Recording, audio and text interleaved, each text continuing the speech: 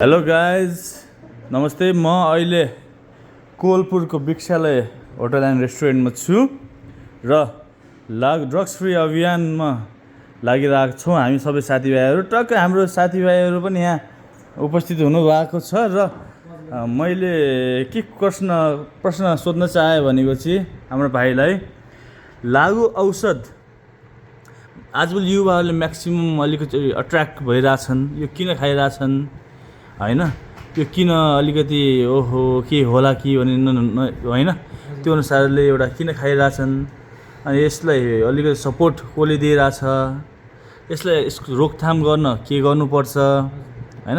र यो लागु औषधको विषयमा तपाईँको गाउँठाउँमा कस्तो छ स्थिति त्यो केही भनिदिनुहोस् न है, सबैजनालाई सोध्छु। जहाँसम्म कोलपुरको हकमा मैले देखाएको छु होइन, लागु औषधसित अट्र्याक्ट हुने चाहिँ अहिलेको यङ जेनेरेसन जो चाहिँ भर्खरै टिनेज पार गर्नुभयो, 17-18 पार गरेर त्यसपछिको जेनेरेसनहरू अलि छिटो आकर्षित हुने गर्नुभएको छ। र लागु औषधको कुरा के छ भने चाहिँ अहिले कसले डिल गर्ने कसले बाँड्ने भन्दा पनि हामी कोर कुरामा जाउँ। लागु औषधतिर कुनै पनि युथ किन अट्र्याक्ट हुन्छ त, त्यसको मेन रिजन के हो भन्दाखेरि अहिले सबै युथहरू चाहिँ आफ्नो आइडेन्टिटी क्राइसिस भन्ने कुरा छ कि के गरौँ कसो गरौँ, जिन्दगीमा के हो, प्यारेन्ट्सहरूले बुझिदिनु हुँदैन होइन, साथीहरूको पियर प्रेसरहरू छुट्टै हुन्छ, तनावहरू हुन्छ होइन, लाइफमा केही पनि कुराहरू सेयर हुँदैन नि। त्यो एक्लोपन हुँदाखेरि एक्लोपनको साथी बनिदिने काम चाहिँ गरेको हुन्छ। कोही पनि नयाँ मान्छेलाई अट्र्याक्ट हुँदा त सुरुमा त त्यो अनि यो के खाने ठिक हो त, साथी बनिदियो भन्दैमा नै त्यो कुरा बिस्तारै गरौँला। लागु औषधले अट्र्याक्ट चाहिँ किन गर्छ भन्दाखेरि कुनै पनि युथ जब मेन्टली एकदमै एक्लो फिल गर्छ, उसलाई त्यो सबै कुराहरू भुलाएर उतिखेर धेरै इनर्जाइज गर्ने अथवा धेरै एउटा चाहिँ लाइफ चाहिँ सुन्दर फुलहरूको बगैँचा हो जस्तो फिल गराइदिन्छ है। हामीले चाहिँ मैले गरेको रिसर्च होइन, मैले चाहिँ धेरै युथहरूसँग बसेँ, धेरैजना जो अलरेडी लागु औषधमा छन्, छुट्न खोजिरहेको छन् र लागु औषध खाँदै पनि भर्खरै उम्केका मान्छेहरूसँग बुझ्दाखेरि चाहिँ उहाँहरूबाट त्यो चाहिँ एउटा आयो। सो त्यो भएर मेन कुरा चाहिँ युथहरूको मेन्टल हेल्थ, युथहरूलाई चाहिँ कसरी एक्लोपनको फिल नगराउने त्यो कुरामा चाहिँ हामीले जोड दिनुपर्छ जस्तो लाग्छ। त्यही भएर कोलपुरमा जहाँ पनि हामी देख्छौँ अहिलेको युथ जसले चाहिँ आफूलाई चाहिँ आफ्नो एउटा आइडेन्टिटी खोज्छ होइन, मेन्टली चाहे त्यो आफ्नो दिमागभित्रै किन नहोस्, त्यो विषयमा चाहिँ त्यो चाहिँ एकदमै एउटा इम्पोर्टेन्ट विषय बनेको छ होइन। म आफै पनि युथहरूसँग नजिक छु होइन। त्यो भनेपछि आफ्नो आइडेन्टिटी देखाउनको लागि र म को हुँ भन्न चिनाउनलाई मलाई एउटा साथ कोही नपाएर त्यो साथ चाहिँ लागु औषधलाई युज गर्छन् मान्छेले। फेक आइडेन्टिटी दिन्छ अथवा फेकली आफू चाहिँ केही छु है, म सक्षम छु है। अनि अब जस्तो दिमागमा चाहिँ एउटा डोपामिन भन्ने केमिकल हुन्छ, जुन केमिकलले चाहिँ एकदम हाइली नै त्यो रिलिज भयो भने के हुन्छ भने चाहिँ हामी खुसी हुँदाखेरि रिलिज गर्छौँ कि, जस्तो मिठो खाना खान पायौँ होइन, अथवा पैसा पाइयो होइन, अथवा केही अब हामीहरू रिजल्टमा पास भयौँ, जुन चाहिँ नेचुरली नै हुने कुरा हो। र हामीले गाँजा र लागु औषध सबैभन्दा हाइएस्ट चाहिँ डोपामिन रिलिज चाहिँ लागु औषधले गर्छ। जब लागु औषध खान्छौँ त्यो चाहिँ नर्मली जस्तो एउटा डिग्रीमा भन्दा 1 डिग्री 2 डिग्री हुन्छ नि, सिधै 10 डिग्रीको पायौँ। अब 10 डिग्रीको पाउँदाखेरि त मान्छेलाई त अब म नै हुँ सुपेरियर भन्ने फिल हुन्छ। डाउन द लाइन 2-4 चोटि गर्दाखेरि चाहिँ त्यो नर्मल फिल गर्नको लागि पनि उनीहरूले चाहिँ डबल अथवा ट्रेबल होइन डोज चाहिँ बढाउनु पर्ने हुनसक्छ। डाउन द लाइन अब बेसिक कुराहरू, जिन्दगीको सामान्य कुराहरूमा चाहिँ अब हामीलाई कुनै प्रकारको इन्ट्रेस्टै हुँदैन। अक्सर लागु औषधको प्रब्लम हुन्छ नि, उनीहरू सोसियल सर्कलमा बस्न सक्दैनन्, फ्यामिलीहरूसँग बस्न सक्दैनन्, उनीहरू आफै पनि एक्लिन खोज्छन्, किनकि त्यो कुराले उनीहरूलाई माइन्डमा मजा नै आउँदैन, जुन अब अहिले हामी बसेर गरिरहेको छौँ त्यो कुरामा मजा आउँदैन। सो त्यो लाग्छ होला है। यसलाई रोकथाम गर्न अब सबैले कोसिस गर्नु पर्यो है। अनि हजुरको घर कहाँ नि? मेरो घर बाँसगढीतिर कस्तो छ अवस्था? बाँसगढीतिर बिग्रिँदै गइरहेको अवस्था छ। हाम्रोमा के भइरहेको छ भन्दा हामी पहिला गेम खेल्न जान्थ्यौँ, यता जान्थ्यौँ उता जान्थ्यौँ नि त, सब अहिले चाहिँ सोसलाइजेसनको भन्ने कुरा जिरो नै भइरहेको छ नि त। हजुर, सबै फोनमै वा इन्टरनेटमै नै यो पनि एउटा ठुलो रोग हो होइन। हामी जब बाहिर निस्किन्छौँ तब हामीलाई थाहा नै हुँदैन कि यो सही हो यो गलत हुँदैन नि त। हामी त भित्र बसिरहेको छ, एकैचोटि बाहिर निस्किसकेपछि अब साथीभाइ भेट्नुहुन्छ, साथीभाइ भेटेपछि एक हान्यौँ न त आज एक लगायो, त्यसपछि डोपामिन त रिलिज भइहाल्छ। रिलिज भइसकेपछि मजा आउनु थाल्छ।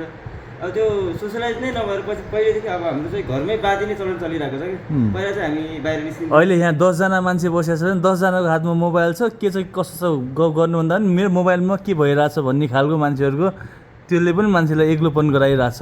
त्यो पनि एउटा रिजन होला होइन? सोसलाइजेसन नभयो भने मान्छे एक्लो हुन्छ, एक्लो भयो भने अब केही न केही सहारा त खोजिहाल्छ नि मान्छेले, त्यो भएर चाहिँ अलिकति नै बढिरहेको हो कि जस्तो मलाई लाग्छ। अनि हजुरको घर चाहिँ खजुरा भन्नुभयो है? अनि के छ त खजुरातिर लागु औषधको के कस्तो छ एक्टिभिटिज त्यो ठाउँमा? त अलि धेरै मुस्लिम कम्युनिटी पनि छ भित्र साइडतिर मुस्लिम पनि छ भने मुस्लिममा भन्दा नि म बसेको ठाउँमा चाहिँ अलिक बढी नै छ भनौँ न। तपाईँ बसेको खजुरा कुन ठाउँ? खजुरा 1 नम्बर। 1 नम्बरमा? 1 नम्बरतिर गाउँतिर। हजुर। यो किन बढ्यो भन्दा पनि मान्छे बेरोजगारी टाइपको भयो कि एक्लो फिल भयो। हजुर। त्यसले के गर्न लाग्यो भनेपछि अब केही कुरामा आफू बिजी भएपछि आफूले कुनै पनि रोजगारी टाइपको हुन्छ नि त, त्यसमा बिजी भएपछि त्यतातिर ध्यान चाहिँ जाने होइन खासमा। हजुर। जब मान्छे एक्लो हुन्छ त्यसपछि चाहिँ यो के गरौँ कता जाऊँ भन्ने गर्दाखेरि चाहिँ साथीभाइको सङ्गतले गर्दा नै विशेष बढ्छ भन्ने जस्तो लाग्छ मलाई चाहिँ। अनि हजुरको जस्तै लागु औषध सेवन गरेर सुध्रिसकेका मान्छेहरूलाई पनि तिनीहरूसँग सिप पनि हुँदैन र तिनीहरूलाई एउटा समाजले स्वीकारेको पनि हुँदैन नि त। आजभोलि समाजले हेर्ने दृष्टिकोण नै अलिकति एकदम माले हो भन्ने खालको गरिरहेको हुन्छ नि। त्यस्ता खालका मान्छेहरूलाई के भन्न चाहनुहुन्छ र यो सुधार्नको लागि के गर्नुपर्छ हजुर विचारमा? जस्तो देखा हुन्छ नि हजुर। अनि त्यस्तो नहुन पनि सक्छ नि त। कसैको गेटअपले चाहिँ मान्छेले त्यसलाई जज गर्नु पनि भएन। हजुर। समाजले पनि यसलाई अलिकति परिवर्तन गर्नुपर्छ जस्तो मलाई लाग्छ कि। हजुर। किनभने अब मान्छेको हेर्ने दृष्टिकोण अलिकति चेन्ज भयो भने त्यो मान्छेलाई पनि लाग्छ कि म अलिकति चेन्ज भइरहेको छु, नत्र यिनीहरूले मलाई यही दृष्टिले हेर्न खोज्छ नि म त्यस्तै बन्छु भन्ने खालको सोच त्यो मान्छेमा जान्छ जस्तो लाग्छ कि मलाई चाहिँ। त्यस कारणले समाजले हेर्नु हजुरको त्यो खजुरा साइडतिर कति वर्षदेखि कति वर्षसम्मका युवाहरू अलिकति त्यो लागु औषध सेवन गर्ने खालका छन् हजुरको? लगभग 18-22 को बिचमा भनौँ। 18 देखि 22 वर्ष केटाकेटी नै? केटी त त्यति भेटाएको छैन, केटाहरू छन् है, त्यो थाहा हुन्छ नि त। अस्ति ठुलो सङ्ख्यामा पनि काम मान्छे पनि पक्रियो भन्ने सुन्नमा आएको थियो त्यहाँतिर। अनि के छ सर हजुरको राज सर? हजुर त नेपाल अधिराज्यभरि नै अब घुमेको मान्छे र यो हस्पिटालिटीतिर सेक्टरतिर पनि इङ्गेज भएको मान्छे, अनि हजुरले पनि देख्नुभयो होला ठाउँमा भर्खरका युवा पुस्ताहरू लागु औषधमा एकदम आजभोलि बढ्दो क्रम छ। अनि यो किन भइरहेछ? यसमा दोष कसको र यसलाई सुधार्न के गर्नुपर्छ होला? यसको लागि चाहिँ दोष चाहिँ हामी सबैको नै हो। हजुर। बोल्न नखोज्ने र यसलाई उजागर गर्न नखोज्ने लगायत हामी सामाजिक मान्छे भएकोले हाम्रो पनि दोष छ यसमा। र यो कानुन कार्यान्वयन गर्ने जुन निकायहरू छन् सरकारी निकायहरू सबैकै दोष छ यसमा। यो युवाहरूलाई चाहिँ र युवाहरूको यो एउटा उमेरमा चाहिँ त्यो एउटा सर्टेन एज हुन्छ, त्यो एजमा चाहिँ उहाँहरूले चाहिँ त्यस्तै खालको गतिविधिहरू रोज्ने, अलिकति चाहिँ उहाँहरू चाहिँ केही गरौँ यो टिनेज टाइममा चाहिँ केही एउटा दे वान समथिङ मोर क्या अल द टाइम। त्यो भएको कारणले गर्दाखेरि उहाँहरू चाहिँ अलिकति चाहिँ त्यस्तो टाइपमा चाहिँ त्यो आनन्द प्राप्त गर्नको लागि भनौँ अथवा टेन्सन अथवा क्यारियर अथवा त्यसको लागि चाहिँ फस्न खोज्ने। त्यसमा हामी अभिभावकहरू लगायत हाम्रा चाहिँ गार्जेनहरूले पनि अलिकति ध्यान नदिएको कारणले र साथीभाइको सङ्गतमा लगाएर पनि त्यो हुने कारण छ। र यसको लागि विभिन्न एनजिओ दुनियाँहरूले कामहरू त गरिरहनु भएको छ, तर त्यो चाहिँ एकदमै अपर्याप्त छ। यसमा चाहिँ विभिन्न निकायहरू सबैबाट हामी सबै युथहरू सबै चाहिँ हामी मिलेर गऱ्यो भने चाहिँ यो रोकथाम गर्न सकिन्छ, गर्नु नै पर्छ यो होइन। यसमा चाहिँ त्यसो गऱ्यो भने राम्रो होला कि।